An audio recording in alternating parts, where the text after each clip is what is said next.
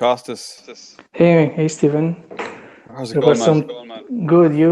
I got kicked out from my own spaces, so I'm not sure what happened.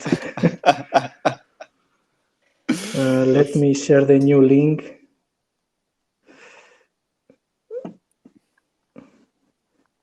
Yeah, because I got kicked out and then I wanted to join again and I couldn't, so not sure what happened.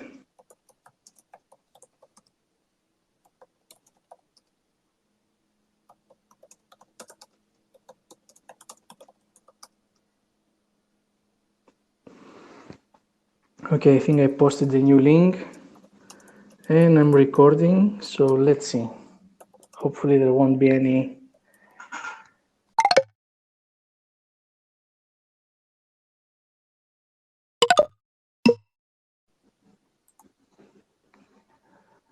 Okay, so maybe we can start. Maybe let me post the new link. Okay. Share via tweet, no. Trying to share it on my fleets. Let's see.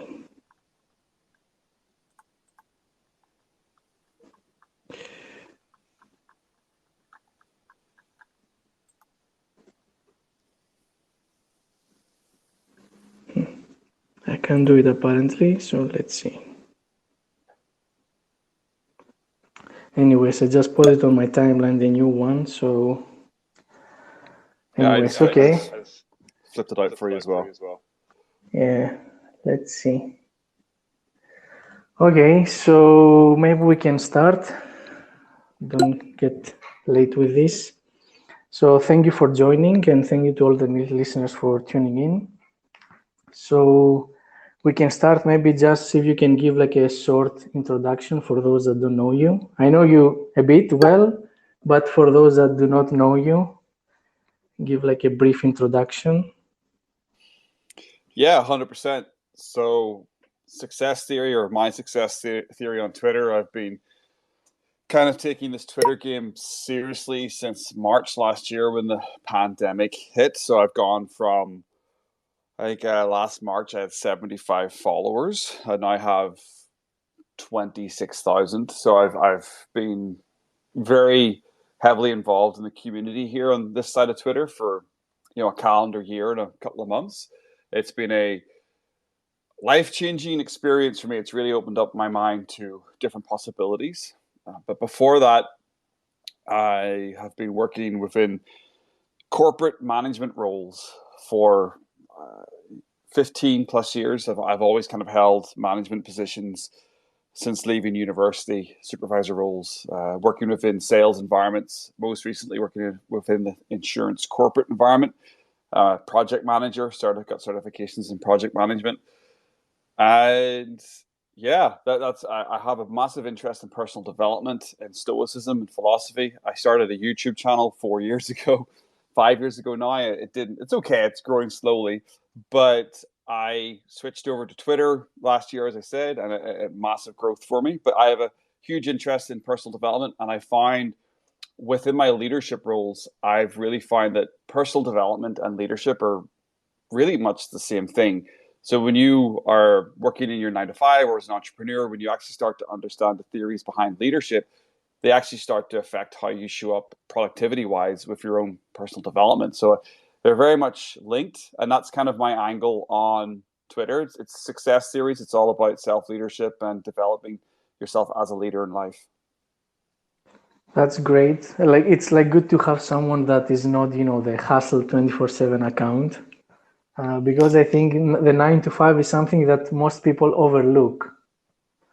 So 100%. since you've been 15 years in this, what did you do after college, let's say in your first years to set up a successful career?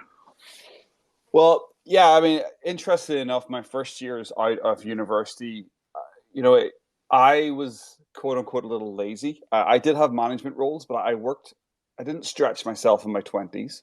It's one of the reasons why I'm very keen about personal development now, because I got a half decent management jobs working within the retail sales space, running stores, in malls, that kind of thing, being a store manager. And I was working within men's fashion. And I enjoyed that. I was in my 20s. I was making okay money.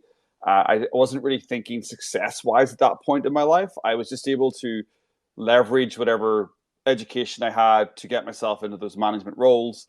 And I was running teams of people, earning enough money. But really, at that point of my life, Costas, if I'm being brutally honest, I was more focused on the weekends. But when by the time Yeah, I I got think to the most back, people in that age like do that. yes, So yeah. yes.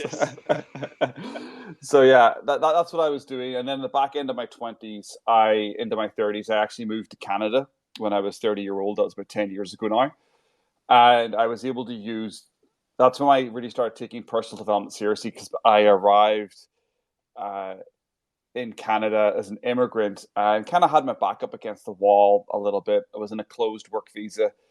And I had to navigate my way out and actually get a job that allowed me to stay in Canada. And that's where I was able to leverage my leadership skills that I'd built kind of just by passively being a leader, if you catch my drift. And that's when I really switched over to really taking leadership seriously when I moved to Canada. And then the last sort of 10 years of my life, I've always had higher income and higher level roles because I started like really investigating how I can work less and earn more. Yeah, I think that's the sweet spot, like to work less and earn more. But was there like a tipping point where you made that change? Was like, did you read a book or did you have a mentor or did you meet someone like a co-worker that opened your eyes or what was it? Well, when I first got the first sort of management job or the role that I really sunk my teeth into Canada, that once I got out of my work visa issues and I was able to get a slightly more higher income job, I actually worked in high end suit sales, commission, zero wage. Uh, I became a manager within that space very quickly, within about 6 months, 7 months of joining that store. But it was that environment of understanding sort of the idea behind leverage where excuse me, you can sell five $1,000 suits to five people over 10 hours, or you can sell, one $5,000 suit to one person over an hour. So it's this idea of using the strategies of like, well, how can I actually make more money uh, without doing 10 times the amount of work? And then that idea really sunk in for me when it came into my corporate roles is that I always was looking at what are the key pillars here that actually need to get done. Because I honestly believe 80% of the work that people do in a corporate environment probably doesn't need to get done. I completely agree with this because I've worked my entire life. I mean, my entire life, like 6 years 5 years since I graduated college in corporate companies, and I agree 100% of this. Like 80% of the work is just filling time to, like, to watch the clock until it's 5 o'clock so you can leave, or stuff that so other people are occupied. So I completely agree with this. Yeah, So, like, I think, like, from what you're saying, you're kind of having this businessman mentality and you apply it in your 9 to 5, like how I'm going to scale my work and do less with more, yeah. like do less work with more kind of payout. And especially in a sales job, like a commission based job, I think that's, you're kind of a businessman in this one. Yeah, you're almost like I think they call it an entrepreneur. You think like an entrepreneur, but you're working within the structure of a corporate environment. So you have to be self sufficient. You have to be a critical thinker. You have to be independent, and you really have to go out after your own sales. Because when you're working in commission sales and you're literally in charge of bringing people into the store. So you could be networking outside in different areas, talking to people, going to play golf with people, getting people to come in and buy suits from you, and that's the way that I was first sort of introduced to that entrepreneurial mindset or that entrepreneurial mindset of it's 100% on me. I am 100% in control of my income or 100% in control of my output. And I think when you get deep into the corporate world, a lot of people walk away from that responsibility. They start looking to coworkers and managers and the system to actually do the work for them or to make up the gaps. And I think that's a mindset that almost makes you lazy. And I think I see a lot of that within corporate environments. Yes, I think there is like good lazy and bad lazy. There is the Yes. good lazy that you described before, that I want to work less and scale my personal small business inside the corporation so I can create more output. And then there is the other side of lazy, which is I won't do anything. I will just keep doing what I've been doing for the last years, and nothing changes, and blame the system, or they say 9 to 5 jobs suck, or I hate Mondays and stuff like that. But I think it's up to you, like how to like get a better job, or maybe leverage your existing job.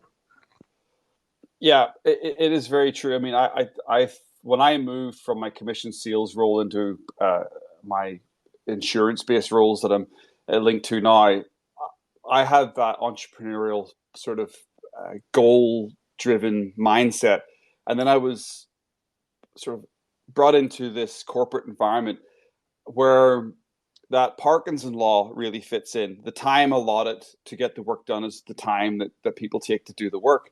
So, for instance, if someone had 20 tasks to do as their normal job, and that's the bar, and they've got those 5 days to do the 20 tasks on their Monday to Friday, they take the 5 days to do that.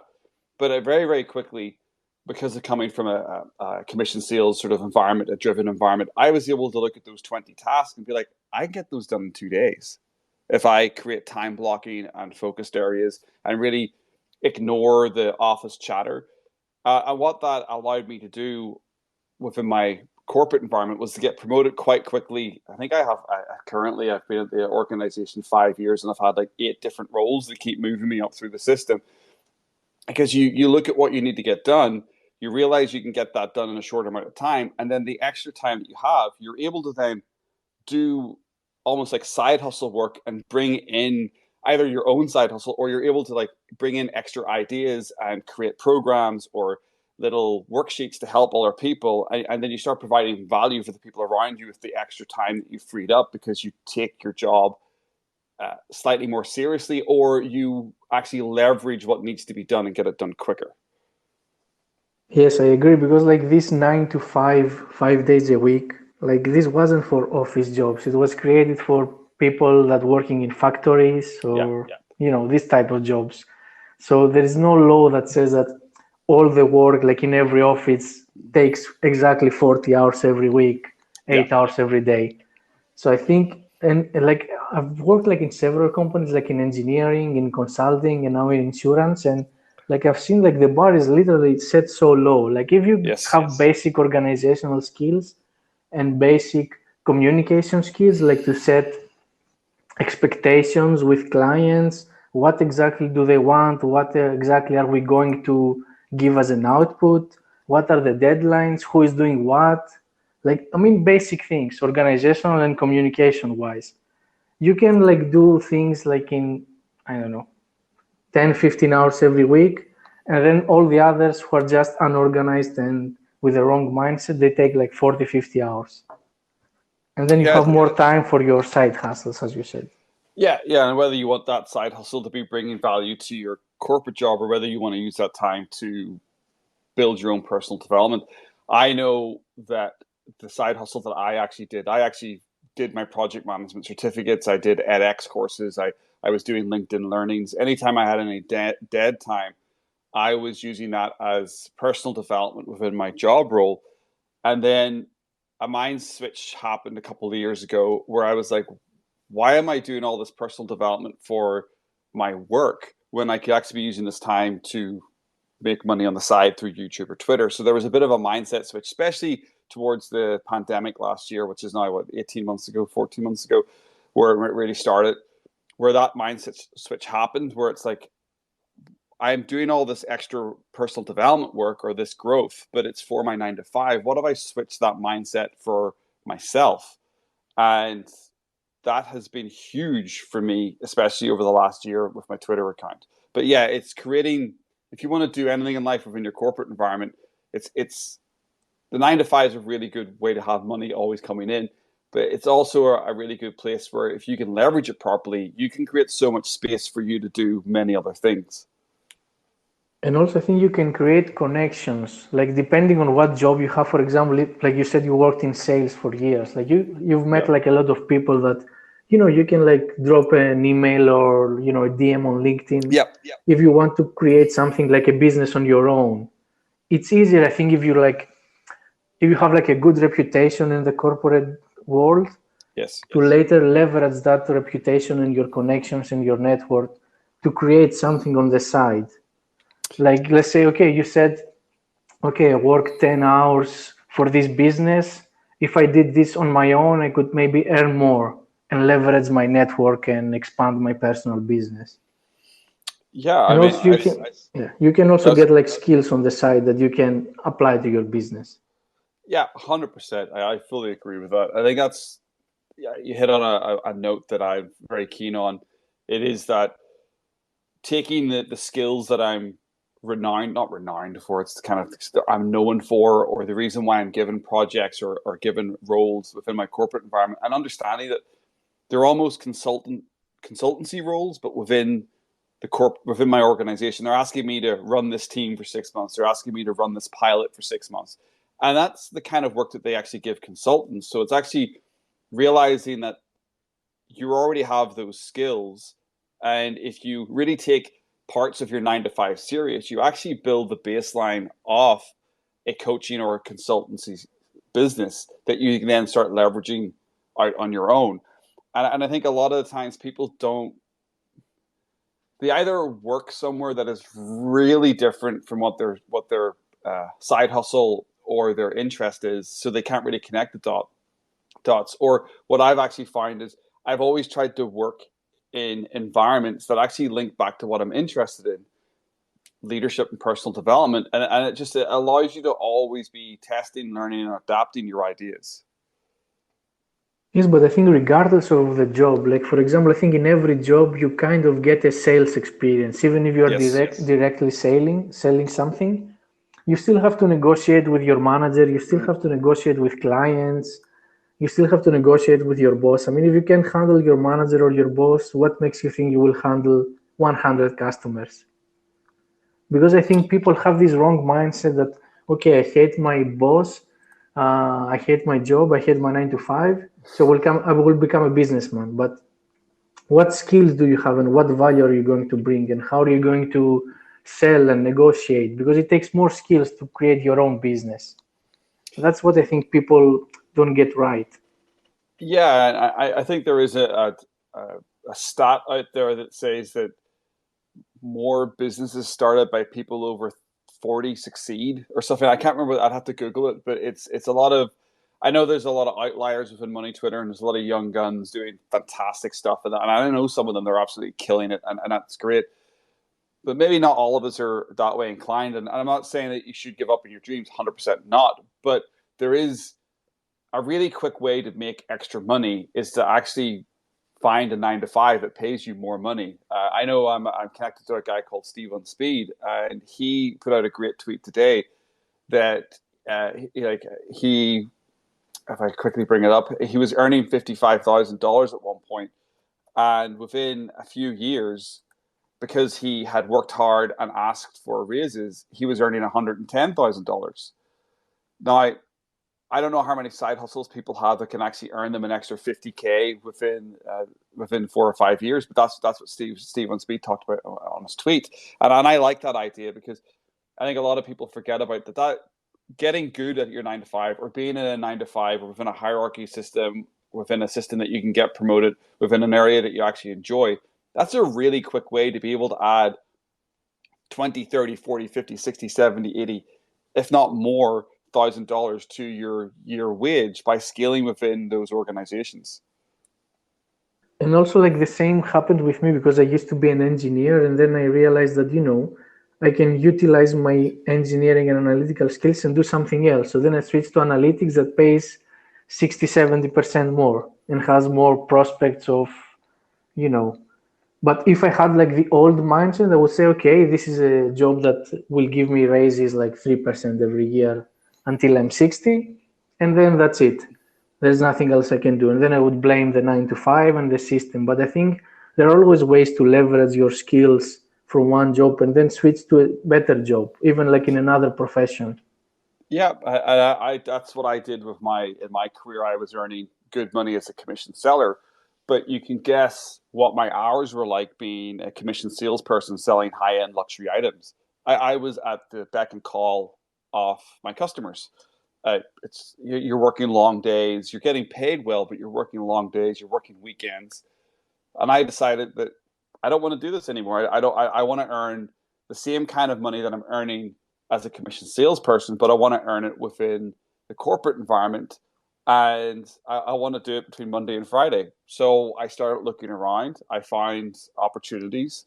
I made the switch, and within under a year, I was back up to where I was earning as a commission seller and then earning more, building skills within a different environment, switching from a sales to a corporate environment insurance project manager. That's a big switch, but that's what I was able to do. And I actually encourage everybody to try to do something like that. It's like, if you don't love your job and you haven't really got any side hustle skills, there are ways to find a role or find another role that you're interested in, and then you can move to a different company, and you might find your income increase and your working hours reduce.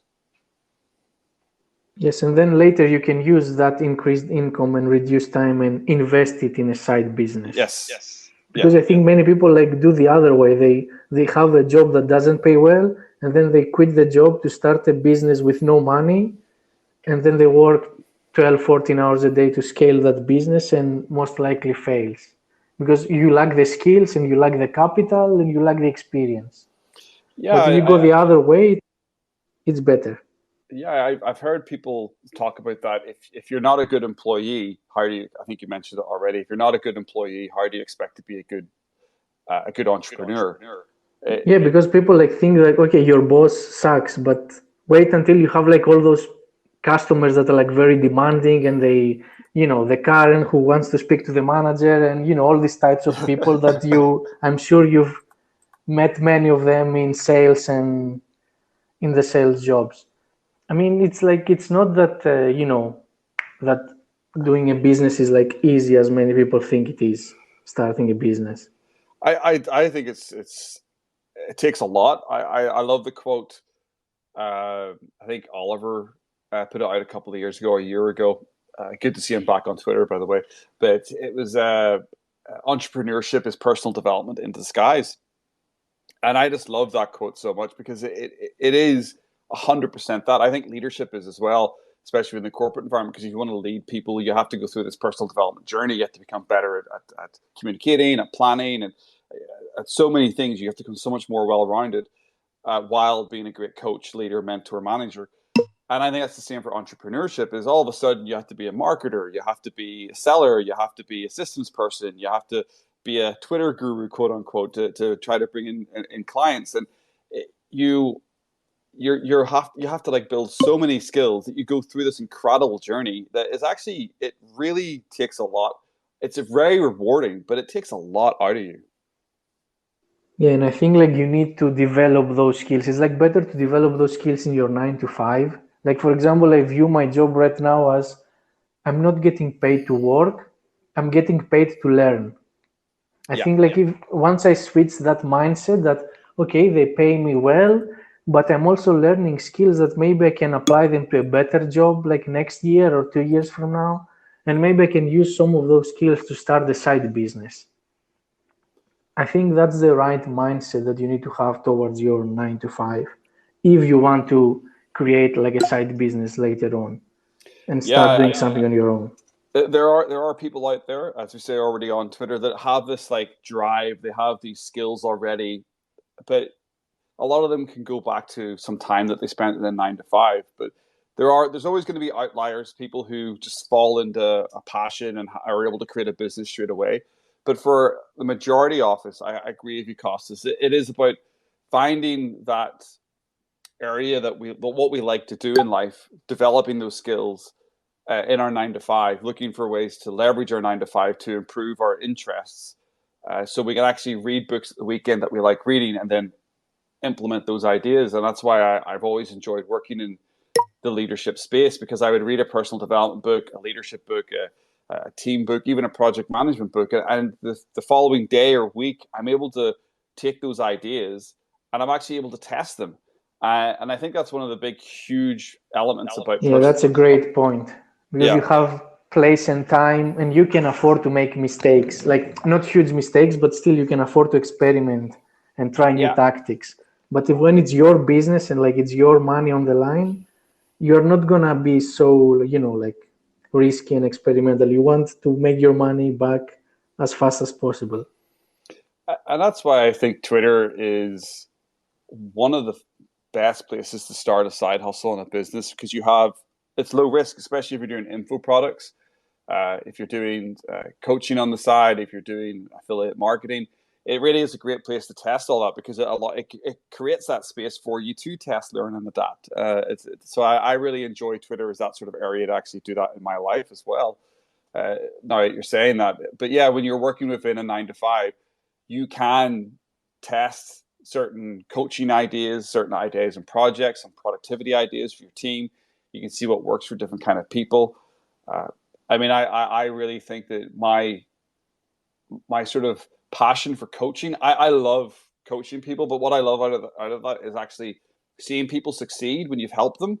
And I really started to get that buzz for leadership and coaching when I was promoting people and seeing them getting promoted or helping people with a problem and then seeing them just take it on their own and completely solve everything and burst past their own expectations. And that's such a joy to see that happen as a leader and as a coach. And I think that's, again, we go back to where I'm angling myself on Twitter. That's what I'm also trying to do on here. I'm trying to help people get clarity, help people get purpose, help people with leadership. I'm trying to recreate the buzz that I enjoyed within the corporate environment, but through my own entrepreneurial endeavors, because I just enjoy that. It's something that I enjoy doing on a daily basis.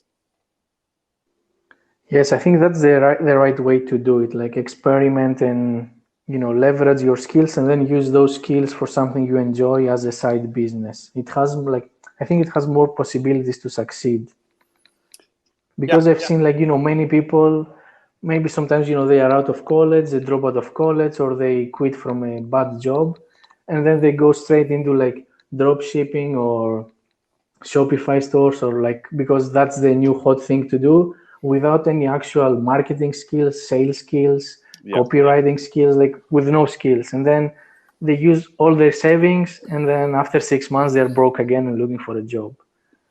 I mean, yeah. as you said, like there are many outliers here on money Twitter. Like, you see the guy who like created an empire and became a millionaire in a few years.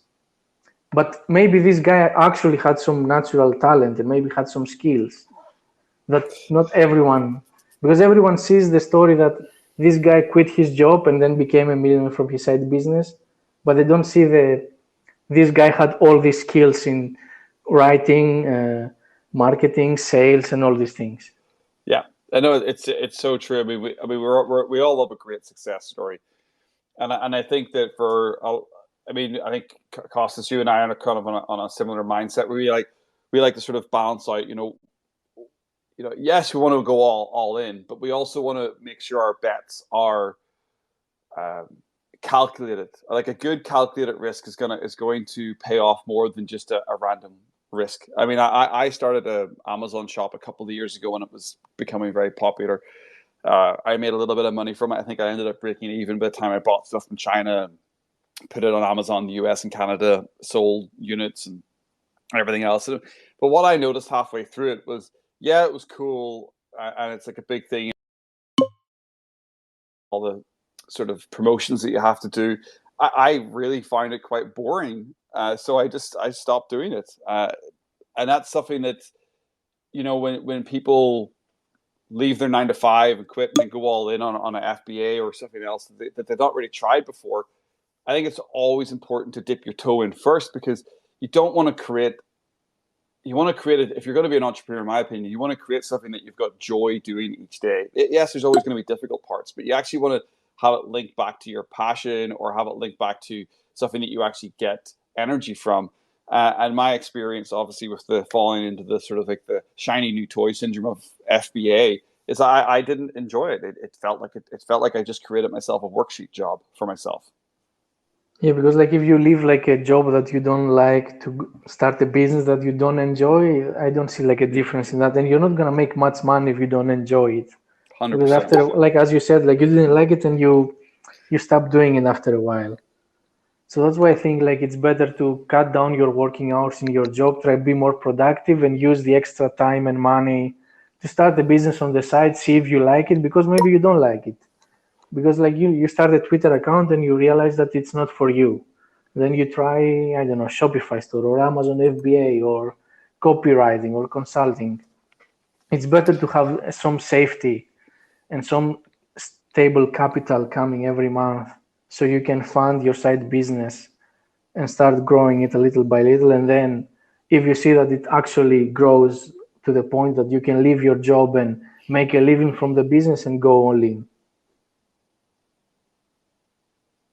Yeah, that is the way. That's the way that I'm doing it. That's the way that I think a lot of people are doing it. To some people, do it in a more condensed time. If I think of someone else who I speak to on and off Art of Purpose, a very very talented, smart guy who's got a lot of skills in the background, and it looks like he's an overnight success on Twitter, like starting about a year ago, dropping a fantastic guide. Now has a community. But when you actually get speaking to Art of Purpose, he's a very smart dude that has a lot of skills in the background, a lot of really deep knowledge in a lot of different areas. And it's not like he just woke up one day and was like, "Okay, I'm going to create a Twitter account." He was uh, already quite successful in many different areas in his life. So like that's the kind of framing that I'm trying to get across that you're saying, Costas, is like you've got to look behind the curtain sometimes to actually see that a lot of these people that are uber successful over a short period of time when they're in view actually have a whole litany or list of successes and failures before they come into view of other people's other people see them actually succeed. Yeah, I think it's like the compounding of all your skills and Yeah. abilities over the years that, once you kind of have a breaking point, that's when everyone starts noticing. Like, I think I wrote like a tweet a few months ago or something that they call it overnight success because that's when everyone starts paying attention to what you're doing once you succeed. Because Yeah. once you are trying and grinding and improving and failing and improving and failing, nobody pays attention. But once you have this like tipping point that you kind of explode in a few months, everyone sees this short few months and say, "Oh, look, he did it like in 6 months." Yeah. And that's the success trap or the illusion of success. I mean, I remember when I worked in high end clothing sales a while back. Canada Goose, and this is going back about 10 years when I was first there. Canada Goose blew up. It blew up. People were like, you couldn't keep the jackets uh, in stock. People were just coming in and throwing $600, $700, $800,000 on these winter jackets. And I currently live in the British Columbia, Vancouver area, and the store that I worked in was just weird. It's like basically it was like you just stood beside the Canada Goose area and you just picked up a sale every 20 minutes. It was a great time to be alive because I was just making so much commission. It was just crazy. One winter of 2013 or something. I can't remember what it was. And I remember the CEO from Canada Goose saying it took us 20 years or something to become an overnight success. Like they had just been like a normal outdoor company, and I think their jackets are great. They'd always been kind of similar, but they just started making slightly more fashionable cuts. And I think a very famous Korean pop star or actress wore one of their jackets in a photograph, and all of a sudden, boom! It just around the world, this like Canada Goose was like the jacket that you needed to get. And it was just so funny because what you're talking about there is the same idea. Is like people think that Canada Goose was a new organization, but they've been around for 20 or 30 plus years, maybe even 50 years in Canada. They're like a small company that then became huge that everybody now knows. Well, I think just have you guys got Canada Goose over in Europe, Costas? I'm not aware of this brand. We don't Not have. I aware of don't this think we brand. have it here. Okay, Probably but maybe there's in some stores here in Central Europe, but I'm not sure if like I haven't heard not of sure this. yourself. Yeah, yeah. I just remember it because it was like a story of a large company that the CEO came out and said that had been around for a long time, and overnight because of some random popularity or some I don't know switch in fashion direction. But I'm not the best person to ask about fashion, so Yeah. I worked in men's clothes for a decade, yeah, so yeah. it's For kind of me, close to like my skin. for me, it's like blue, gray, and black. That's all I Yeah, know. I mean that's all you need to know, man. Keep it classy, keep it simple. You're on the winning combination. Yeah, so I think like that's what you said. Like most people see like the overnight success, but it's not actually overnight. It's like over many months and years of trying different things and having those skills and talents compound every day. Uh, so since you started your Twitter account, like how actually are you developing your kind of side business? What's your like master plan, if I can say? My master plan. Yeah, well, my master plan is basically at some point I'm already doing this with some people is coaching. I really want to build that out as my main source of income. I really want to help people succeed. That's my angle. I've been creating info products to support that, to get people interested in sort of my viewpoint or what I can offer. I recently launched a leadership course that was just basically a tactical leadership, I called it, and it's just all about my experiences, like what I feel is the best way to lead within any environment, whether you're working as a corporate, in a corporate office or an entrepreneur. We all need to understand the structures of leadership, because we need to be able to plan, we need to be able to coach, we need to be able to be productive, and that's all part of being a leader. So I put together a course around that, and that's the angle that I've been going for is to help people with self leadership, personal leadership, health, wealth, relationship, help them develop. Yeah, so that's my grand master plan is to provide people with info products and then coach people who are interested in my style to help them be successful in life. But as you said, these info products in your side business is not very far from what you are doing now. So No, you I have mean, kind of a leverage on that. 100%. Everything that I if I look at my product page, I think I've got like 4 products currently for sale. I On my product page, I've got 7 pillars of personal development, which is a free guide that I created, which is basically me talking about the 7 main habits of what I think of a really good structured personal development journey is, like from drinking water, meditating, good night's sleep, nighttime routines, exercise, diet, just talking about the general things that really helped turn me around from average wage person, maybe in my 20s, to a 6-figure corporate person, and hopefully entrepreneur, today.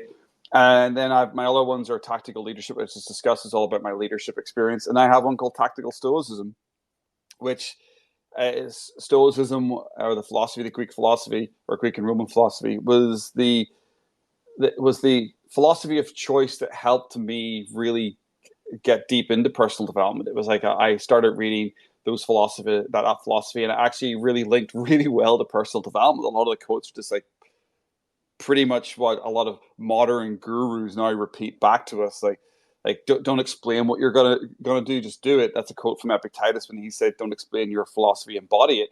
And when you hear modern day gurus or people on Twitter, posting out their platitudes, a lot of them, which I do as well, I love a good platitude, but a lot of them actually link back to Greek and Roman philosophy. A lot of them, when you read them, it's like, oh, that's a Marcus Aurelius idea. Oh, yeah, Epictetus said that. Oh, yeah, this was said by Seneca originally. And I know you could say that about a lot of philosophies and from different parts of the world. We think about Hinduism, Buddhism as well, and other things. We see a lot of those ideas repeated. But yeah, though, everything that I have created so far, info product wise, has all come from my personal experience. I'm not out there creating a LinkedIn lead magnet, because I don't know anything about that. I'm not out there creating a how to run an agency course. I don't know anything about that. That's not me. There's lots of people. There's fantastic people in the space that can really help you with that. I'm putting out products and ideas that actually come from who I am and my experience, and that I think that's the path that is the fastest way to get success, is to teach people what you've already experienced.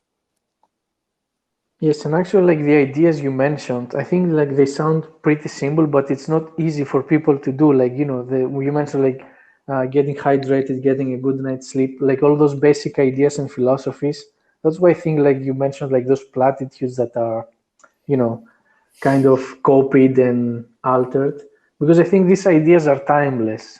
Like Yes. sometimes we try to overcomplicate things and try to find complex solutions, but it's actually, you have to get down to the basics and do some basic things every day, and your life will improve. Like you don't need a magic poison or something. No, yeah, that's the thing, is personal development is very much common sense. A lot of the things that can help people get out of the whatever difficult situation that they're in is the basics. I mean, doing a little bit of meditation in the morning, reading a quality book that is actually linked to something that you're struggling with in life at that point. All these little tips, tricks, and strategies are common knowledge and are known, but yeah, you're right. 80-90% plus of people don't actually take action on the simple steps. And personal development, when you actually break it down, is really simple. And 90% of the stuff that can make you healthy, wealthy, and have better relationships are all free. You don't. It doesn't cost anything to meditate. It doesn't cost anything to go to bed early. It doesn't cost anything to drink water. Well, it depends where you live in the world and if you have to buy the water. It doesn't cost anything to eat healthy. It might cost you a little bit more to buy the food, but you're still buying the food. So it's all these little simple steps. It's cheaper for you not to watch television because then you don't have to subscribe to all the subscription services that are out there. That if you get everything, it's probably, I don't know how much it would cost you to have Amazon, Netflix, and Disney now. I think they're all like $10-20 each. It's just ridiculous how expensive all these subscription services are, and you don't really know about them because you think they're all cheap, but they all add up. But yeah, it's personal development at essence is really, really, really simple, really basic in a sense. It's just that we lack in the modern society with cheap dopamine, with the modern society of how easy it is to not do these things. It's just we lack discipline, and it takes a lot to implement these ideas. But yeah, they're not that difficult when you actually break it down. And you mentioned like a good point, that the cheap dopamine that especially with social media that we used to get. So how like are you balancing the social media thing? Because I think like sometimes it might get a bit overwhelming because you want to grow your followers, but you don't want to be checking notifications all the time. So how do you balance this? That's a great question, Costas. That's great. I use a software, Hype Fury. I know there's this Lapo and there's all the ones out there as well. Buffer. Well, I typically, my first couple of tweets in the morning will be automated. I'll usually write them the night before, or I'll write them a couple of days before. But what that allows me to do is it allows me to have a morning routine that is not me on Twitter. If I don't have tweets pre-written and I want to keep up with my engagement, I want to keep up with my growth, and I want to keep up providing value for my followers, and I know I haven't got anything loaded, when I get out of bed at 5:36 in the morning, I'm like, oh, I need to get something on Twitter now, because I find my tweets that do best for me need to be posted at 5:30 to about 7 or 8ish my time, which is Pacific time, the left coast of North America. So that's like lunchtime in the UK, Europe. It's like 9 in the morning, or around about 8 or 9 in the morning for the East Coast. And I know that I have to get stuff out at that time, because that's when the most of the world is actually kind of looking at Twitter. It's when my tweets are most successful, especially if I'm writing a thread. And if I don't have, as I said, if I don't have those tweets written, I have to get on my computer first thing in the morning and actually come up with content. And then that doesn't ruin my day, but it pulls me away from meditating. It pulls me away from journaling. It pulls me away from maybe reading a book for 20 minutes. And that's why I want my morning routine to be. I want it to be offline. I want it to be in peace and quiet. I want to have a good hour, maybe a bit longer, where I'm up, I'm drinking water, and I'm not looking at screens. So that's how I manage it. Yeah, I think the worst thing you can do is like wake up in the morning and go straight to your mobile phone or laptop and try to come up with stuff about Twitter. Like, first, I think you need to have like a balanced life, something interesting to say, and then think about what to. Yeah. Unless you have like some secret talent that once you wake up, ideas start flowing in your head, which I do not have personally. Yeah.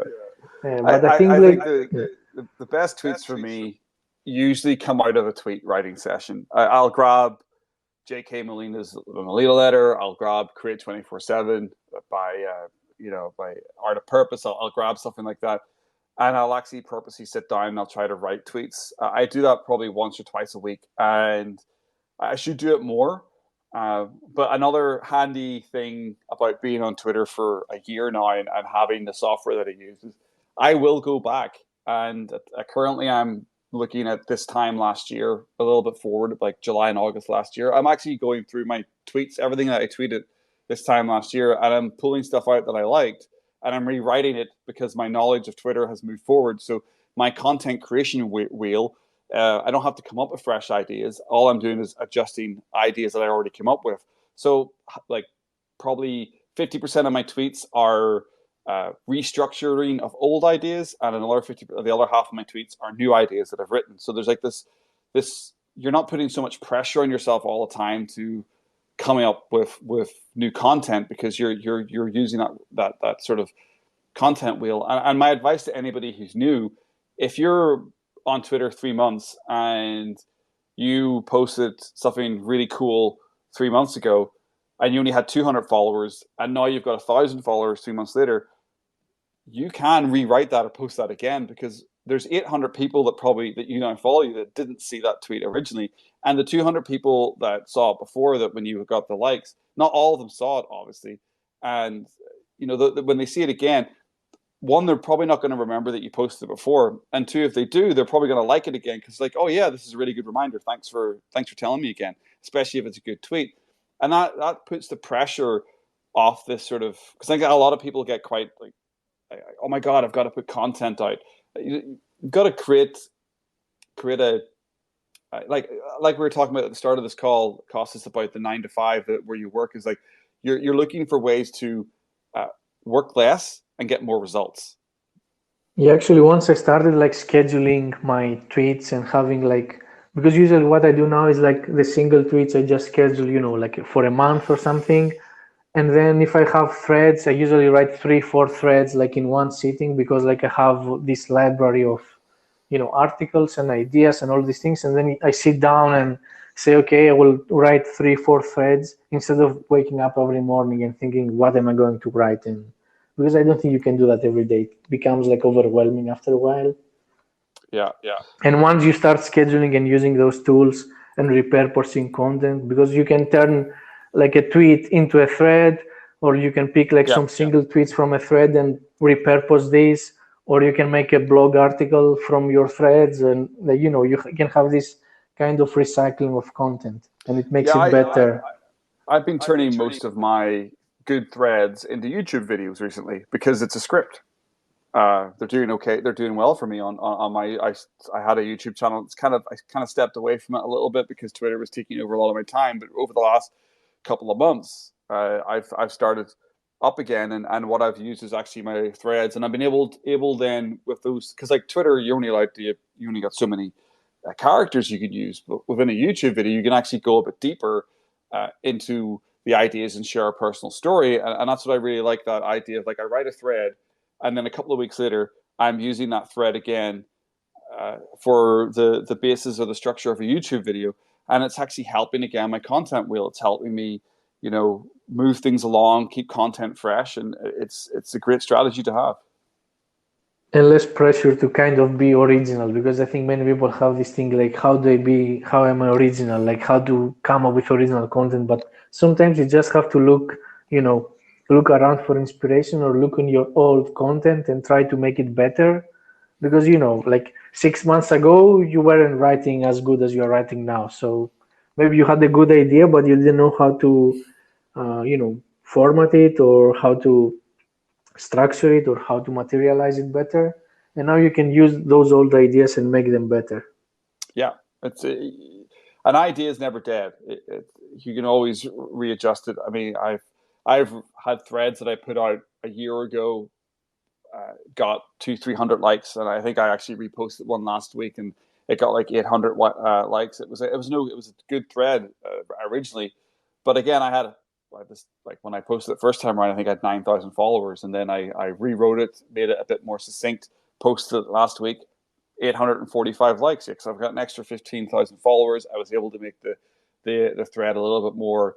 I was able to clean it up a little bit because of my thinking's advanced. You're coming back to the idea, and that's great for me because I actually made some sales off that tweet because I had a product linked at the bottom. It was my free guide, but my free guide has some upgrades to it, and yeah, it was great, and I highly recommend people, if you're on that journey on Twitter, to do that.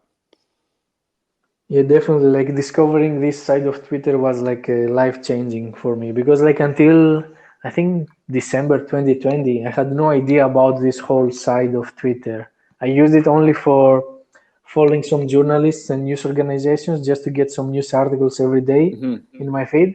And then I saw like people talking about stocks and about, this money and mindset and all these things.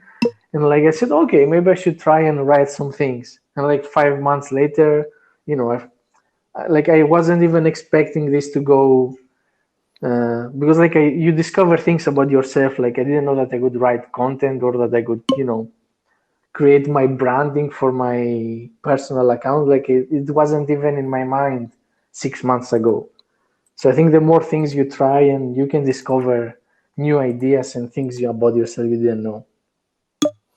Yeah, I mean, I fully agree with that. I've been opened up to so many ideas. I think one of the biggest things about money Twitter or the side of Twitter is I think not that I had a cap on my thinking, but when you're on your own and you're in your own little world, you're at home and you're maybe talking to your friends who maybe don't understand the sort of like personal development or growth. That's fine, but then you don't really have anybody else around you kind of to lift the lid or push the bar higher. And one of the things I've noticed about my Twitter journey is being around people and seeing some people's thinking is just being extraordinary. What they're doing, like some of the moves that are being made by some of the people who you're DM away, or you can talk to them by commenting underneath their tweets. It's just, I just think it's phenomenal part of the world and a part of Twitter. Just this, and it really has made me start thinking bigger. Rather than just thinking about the next step, I'm thinking, 5 steps ahead, because I can see people, like Dan Coe or Wizard Ecom and other people making these huge, impressive moves. And you're kind of thinking to yourself, well, hold on a second,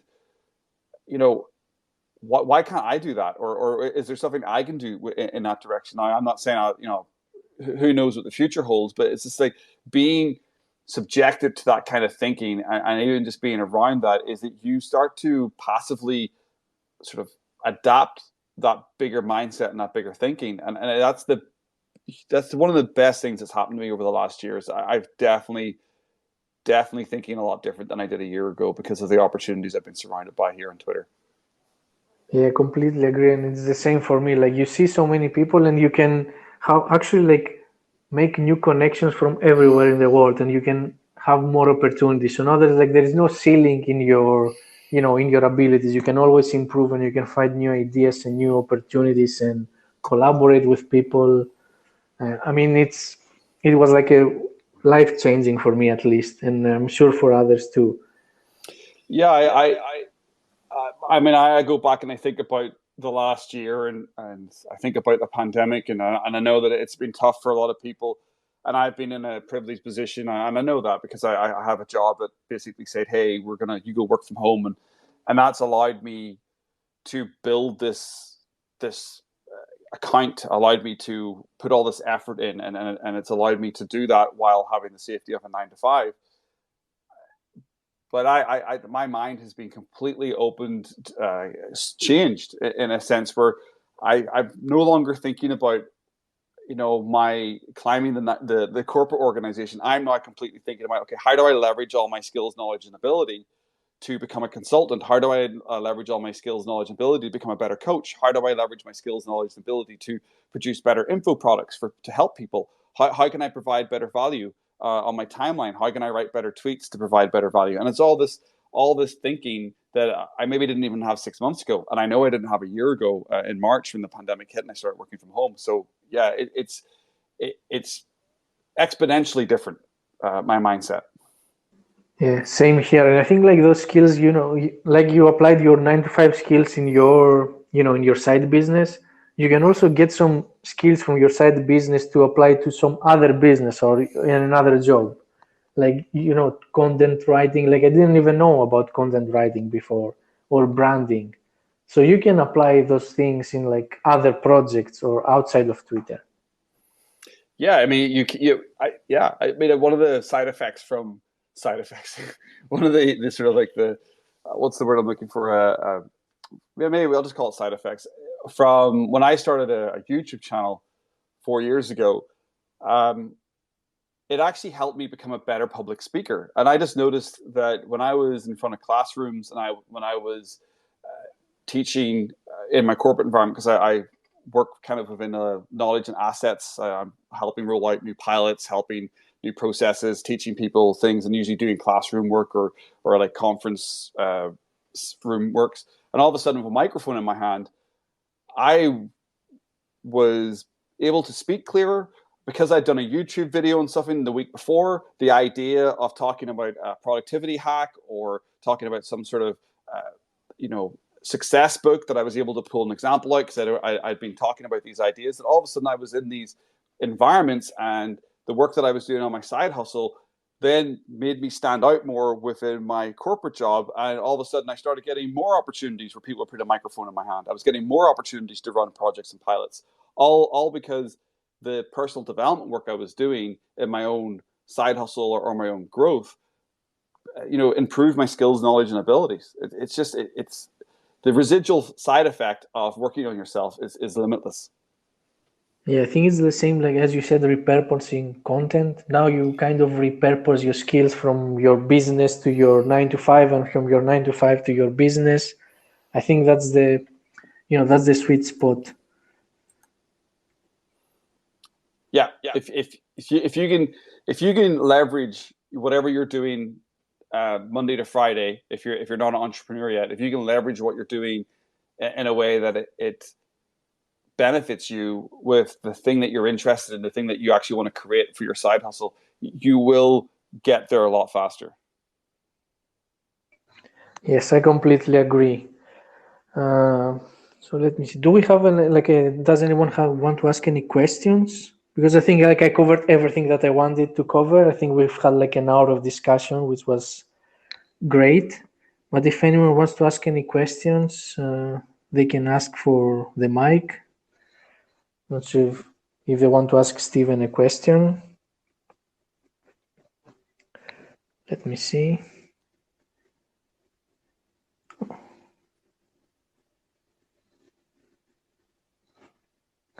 Yeah, I don't see any question. Oh, requested. Let's see. Money. Approve. Hello?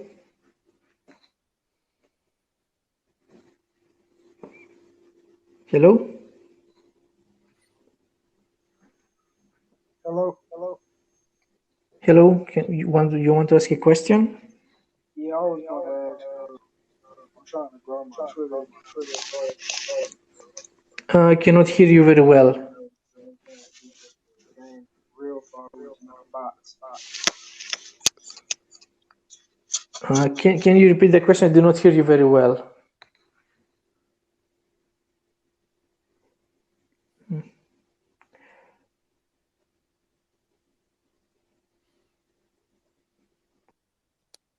Oh, can't Steven, did you catch the question? Because I couldn't hear. Yeah. No, I think it was echoing through on your speaker, Costas, so I couldn't work it out. Oh, okay.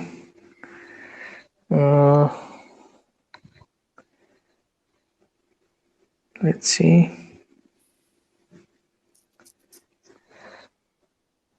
Okay. Like usually, we didn't have any echo issues with other speakers. That's fine. Anybody else got a question? Anyone else? We can wait like a minute or something, or we can wrap it up. Yeah, I think that's it. I think we had a great discussion, 1 hour full of great insights. So thank you, Steven. I appreciate it, Costas. Thanks very much for having me on. Yeah, and thanks everyone for tuning in. The next one will be on Thursday with Unleash the Knowledge. And then I have another one on the 22nd with Fiona, the Millennial Woman. So if you guys are interested, keep an eye for this. I will post again. Oh, the Simply Stoic requested. So let me. Okay. Hello?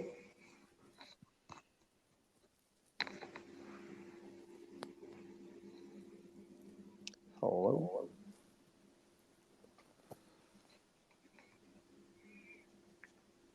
Simply Stoic, can you hear us? You have the mic? Yes. Yeah, I had a question. How do you enforce habits? How do you enforce habits? Yes, I think, yeah. Okay, so do you mean how do you make habits stick? Yeah, precisely. Okay, yeah. Well, you've got to understand. I'll break out some project management knowledge here. First of all, I think when it comes to creating a new habit, it's great when someone says, "Okay, I'm just going to go to the gym and start working out." That's fantastic, great habit to have. But you've got to think about a change model, a change management model. One that comes to mind is the Satir change management model, and what it actually shows is that there's you actually have resistance. You go through resistance, chaos, and then integration. So when you first come up against a new habit, so say for instance you want to start going to the gym, those first say 30 days of your habit, those first 10, sorry, of